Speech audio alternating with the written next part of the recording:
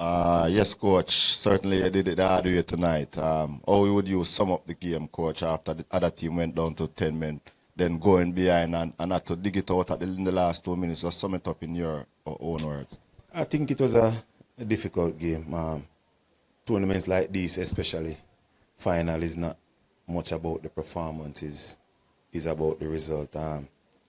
We know playing against any 10 man, it's gonna be hard, But as you said it, we left it late. Still have confident that we could do it. I spoke to Fergie and tell Fergie, listen, don't worry. It's gonna be hard, but we're gonna do it, and we did. Changes, coach. The changes, Bradford and Interville, that's his name. Immediately as they came on the pitch, they impacted the game, and the youngster especially had 2 assists on the night.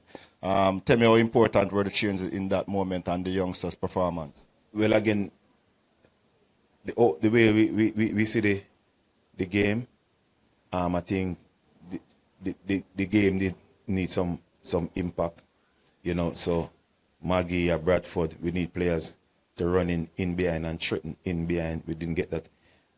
Everybody wanted to play to feed. So I think with Bradford, Maggie and Rafa came into the team, I think they had something to the game. But were you disappointed that you got a little sloppy after the other team went down to 10 men, coach? Well, yes. I think at times we divert from what we want to do, especially in the first half. We weren't moving the ball quick enough, so we allow our opponent to set. We know they're gonna play long ball, and for me, disappointed in conceding 2 goals tonight, especially the last one. The goalkeeper slipped. But again, overall, I think the guys deserve it. Yeah. Coach, you mentioned at the pre-game press conference about your lead going into this game, the 1-0 lead, and that it sets it up good for you because that's what you needed, a small margin. Were you expecting what happened in the early stages of this game, even though you're up 1-0 to up it, because you want the challenge, you got it, but were you expecting it like that? Well, again, in football, you have to expect anything, and that's the way we set the team. We could have gone down to 10 man as well, so we were wary of situation and we practice that way for any eventuality. Sometimes it's harder to beat 10 than 11. Was it that tonight for you? I think the Mount Pleasant team made it difficult for themselves. As I said before, not doing the simple things, We tend to dwell on the football intent instead of moving around the football and move around the opponent. So I think we made it difficult for ourselves. 2 previous defeats in finals at the stadium. At one point, it was looking like third, but you mentioned that you were confident all along. What gave you such confidence that you would have turned it around? Well, again, as I said before, the additional of Bradford, Rafa, and Maggie, we were creating chances. And again, with a Tyreek Maggie, one brilliance, and he showed that tonight. Coach, before the start of the group stage, you spoke about how important it was for the club to do better than they did last year. Then after the group stage, you said you guys wanted to go all the way for the first time. Now with the first regional title, for Mount Pleasant, can you explain what it means for you and for the club to win this title? Well, very important. I think the owner deserve it. I think the people of St. and the community base deserve it. I think Jamaica and all deserve it. So again, I have to say hats off to the team for bringing it home this afternoon. And you guys already confirmed this place in the Champions Cup by making it to the finals, but now you guys are seeded into the round of 16. Can you explain what that mean now on the preparations, when that begins, and how do you look at the squad to prepare for that? Well, again, we are far off where that is concerned. That's next year, March. What we need to do now is turn around and look to the Premier League, start getting get some game for the players. We have depth in squad, but one of the thing this afternoon again is familiarity with players, not knowing each other. If you look on Danielson floor, first time starting in the team. So we can look on a lot of situations. Now we are back to the JPL where we can get a lot more games and get the players to more familiar with each other. And the question, Coach, this is the third year now. I'm now that the Jamaican team is in the final of the CONCACAF of the Caribbean Cup, and the second year now that the Jamaican team has won the title. And can I speak about the growth of Jamaican football in the region? Well, as I said before,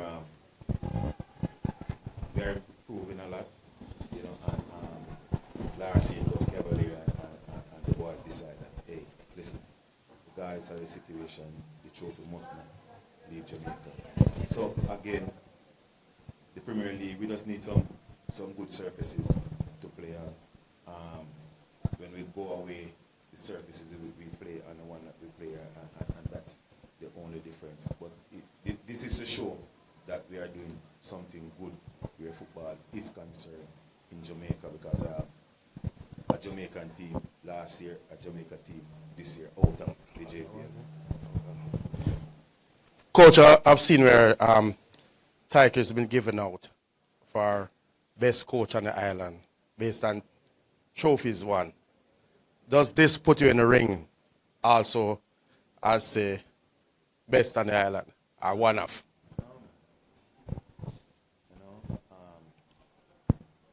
I don't run down titles of coaches, and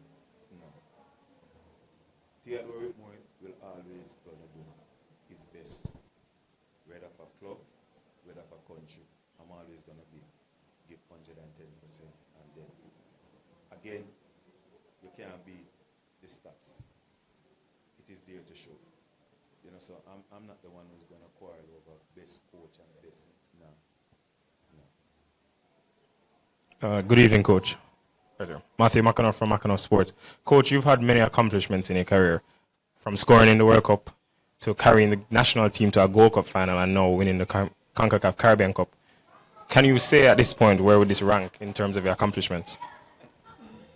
Well, I just have to, as I said before, you just have to keep doing it. So each time a title, a trophy, whatever you want to call it, is there, we're going to play, we're going to give it our best.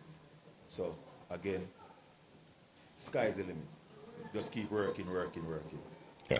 And also for me, Coach, at this time, given that you took up this project about 3 years ago, how satisfying is it to see that it's come to fruition at this point, given the fact that just having talent doesn't mean that success will come? Well, again, you can't be too satisfied. Again, we are put ourselves in a position now, bigger league, for players to go out there and show.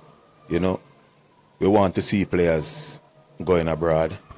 We want to see players going on trial. We don't want players who just want to stay at Mount Pleasant. Any player who just want to stay at Mount Pleasant, it makes no sense they are there. So that the start of environment. So they put themselves on a stage now where they are on show. They are on show. So they are out there to show the CONCACAF region, the Caribbean at large, what they are made of. Coach, yesterday I asked you right here if you dare to dream about lifting the trophy. You just did that moments ago. Tell me the difference in how you felt yesterday and how you feel now. Is there a sense of relief, a sense of accomplishment? Well, yes, we have set out to win the tournament. Again, as I say, it might be difficult at times, but we're able to pull it off. So it's a great achievement, a great feeling. It's tremendous feeling right now. Okay, Coach. Thank you very much. Coach King from Ballpree TV, good night. The last time out we saw where Cavaliers won this trophy and was able to bring Lionel Messi to Jamaica. Are you dreaming of the same right now? Well, I don't know who will be coming, but as I said before, we are in the position that we want to do better. So it doesn't really matter who gets here. You know, we want to do better. We want to, as a Jamaica club representing Jamaica, we want to go one step further. So it doesn't really matter who we play. We just have to prepare ourselves physically and mentally and attack. Thanks, coach. All right. Yeah, man. All right.